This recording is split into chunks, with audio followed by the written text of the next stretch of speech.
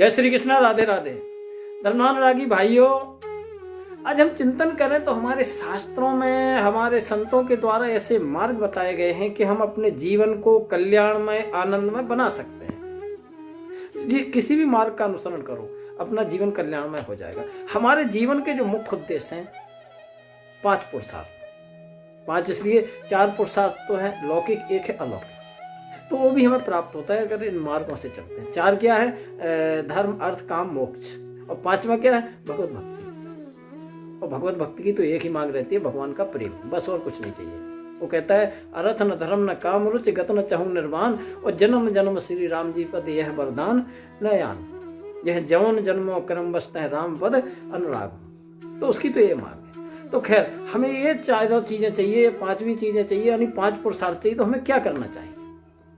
तो ऐसे कई मार्ग बताए हैं। उसी मार्ग में एक है योग दर्शन का मार्ग, जो महर्षि पतंजलि ने बताया है। और योग दर्शन से ये सब चीजें प्राप्त हो जाती हैं और भगवत प्राप्ति हो जाती है। अगर हम महर्षि पतंजलि के योग दर्शन के अनुसार चलते हैं तो हमारा सामाजिक, भौतिक, आध्यात्मिक और शारीरिक विकास होता है।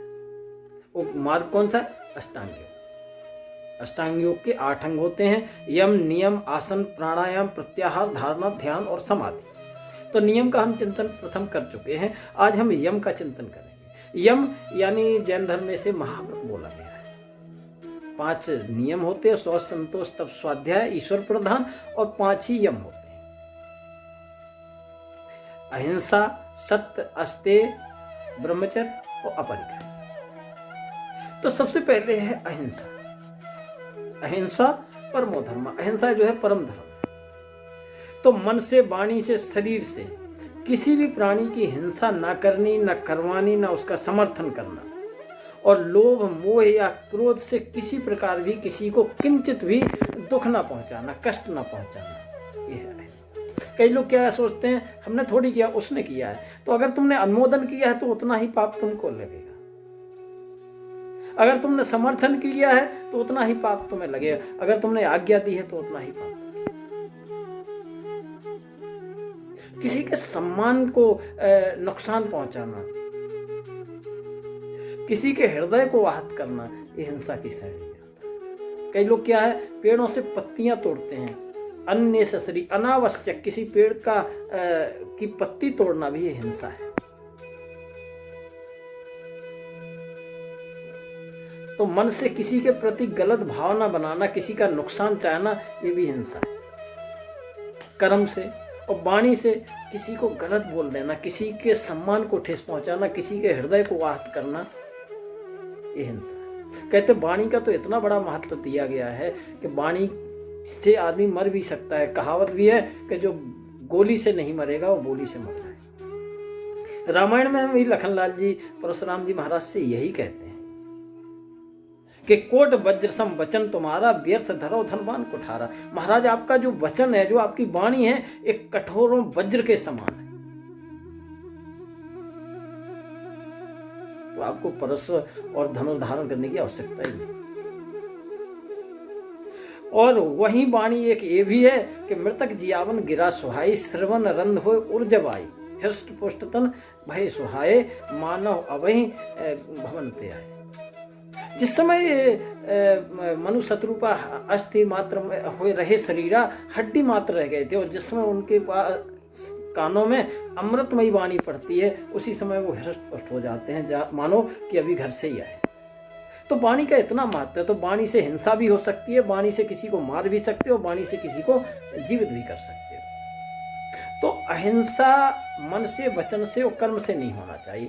और अहिंसा वृत्ति का अगर पूर्ण पालन होने से निकट रहने वाले हिंसक पशुओं में भी हिंसा वृत्ति नहीं रहती। जैसे एक प्रसंग आता है जो महाराज राजा सुरथ और समाधि वैस, मार्कंडेय पुराण की कथा है, दुर्गा सप्तशती में भी ये प्रसंग है कि जब ये मेघा ऋषि के आश्रम में जाते तो वहाँ क्या देखते हैं, शेर, तेंदुए, भालू, बकरी, मृग, हरण, खरगोश सब एक ही जगह बैठे हुए हैं, क्योंकि वो सब उनकी हिंसा वृत्ति खत्म हो गई थी और मेघा ऋषि के साथ वो सब तो खेल रहे थे।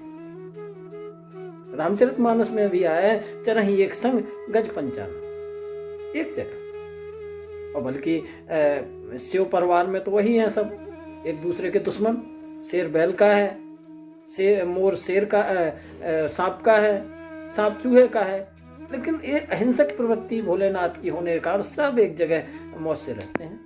बैल की पीठ पर चढ़ के सब पिकनिक मनाने जाते हैं, शेर भी साथ में। तो कहने का आशय यह है कि अहिंसा वृत्ति का पूर्ण पालन होने से निकट वाले हिंसक पशुओं में भी हिंसा वृत्ति समाप्त हो जाती है। दूसरा है हमारा सत्य। धर्म न दूसर सत्य समाना और आगम निगम पुराण। धर्म जो है सत्य के समान कोई धर्म नहीं। सत्य के मार्ग पर चल करके ही हमारे महाराज हरिश्चंद्र आज दुनिया में श्रेष्ठ हैं और पूजनीय हैं। तो सत्य क्या है? जैसा देखा, जैसा सुना, जैसा समझा हो, वैसा ही दूसरे की हित की दृष्टि में रखते हुए यथार्थ सत्य है। सत्यम ब्रूयात, प्रियम ब्रूयात, हितम ब्रूयात। सत्य बोलो, प्रिय बोलो, हितकारी बोलो। किसी को नुकसानदायक सत्य मत बोलो। किसी का मन, किसी का तन और किसी का धन अगर नुकसान होता है तुम्हारे सत्य बोलने से, वो सत्य नहीं, वो असत्य से भी कहा है ना, नहीं असत्य सम पातक पुंजा और गिरसम हो के कोटिंग गुंजा। लेकिन तुम्हारा अगर सत्य से किसी को नुकसान पहुंच रहा है, किसी की जान जा रही है, किसी का सम्मान जा रहा है, तो सत्य सही नहीं। तो सत्य कैसे बोल रहा है? प्रियम ब्रूयात, हितम ब्रूयात, प्रिय और हितकारी यथार्थ करना। कई बार क्या होता है, सत्य भी गलत हो जाता है। इसी में एक कहानी आती है सतन कसाई। क्या होता है कि सतन कसाई भगवान के भक्त रहते हैं, बहुत अच्छे भक्त हुए हैं और वृंदावन जा रहे हैं। तो रास्ते में कहीं किसी जगह उन्होंने आश्रय ले लिया। तो वहाँ जो महिला थी तो उससे जल पान वगैरह किया और उसके करने के बाद उसकी दृष्टि जो है कुदृष्टि में बदल गई महिला की। वो चाहती इनके सुंदर तो थे ही, वो इनसे बोली कि आप मेरे साथ इस तरह के संबंध बनाइए। तो मना कर देते हैं, देवी मैं तो भगवान का भक्त हूँ, मैं इस तरह का कोई कुकृत्य नहीं कर सकता है। उसने समझा कि मेरे पति के भय के वजह से नहीं कर रहे हैं, तो जाके अपने पति का शरीर काट देते और सिर लेके दिखाती है। वो जहाँ वो देखते हैं वो तो घबरा जाते हैं और वहाँ से जहाँ प्रस्थान करने लगते हैं वो शोर मचा देती है, मेरे पति को मार दिया, मेरे पति को मार दिया। सब लोग पकड़ के उन्हें राजा के पास ले जाते हैं। जब राजा इन्हें देखते हैं तो इनकी वेशभूषा देख के, इनको देख के उन्हें विश्वास हो जाता है कि ये तो संत हृदय आदमी है। लेकिन फिर भी सबूत और गवाह की वजह से और इनको सजा तो देनी पड़ेगी। तो मंत्रिमंडल में जो बैठक होती है तो कहते महाराज इनके हाथ कटवा दीजिए, मृत्युदंड तो नहीं दे सकते, हाथ कटवा दीजिए। तो इनके दोनों हाथ कटवा दिए। तो कोई नहीं है, भगवान के दरबार में जब पहुंचते हैं तो प्रभु से प्रार्थना करते हैं कि प्रभु मैंने जीवन भर आपका भजन किया है, मैंने कोई गलत कार्य नहीं किया, लेकिन ये सजा मुझे क्यों मिली? तो गोविंद बोलते हैं कि भक्त प्रवर, पिछले जन्म में भी आप भक्त ही थे, वो बल्कि संत थे। तो एक जगह आप बैठे हुए थे तो एक पशु का पीछा करते हुए और वो कसाई पीछे पीछे आ रहा था। तो उसने आपसे पूछा कि महाराज यहाँ ये मेरा जानवर गया है, उसको आपने देखा है क्या? तो आपने हाथ के इशारे मात्र से उसे बता दिया कि इस तरफ गया और उसने जाके उस जानवर का वध कर दिया।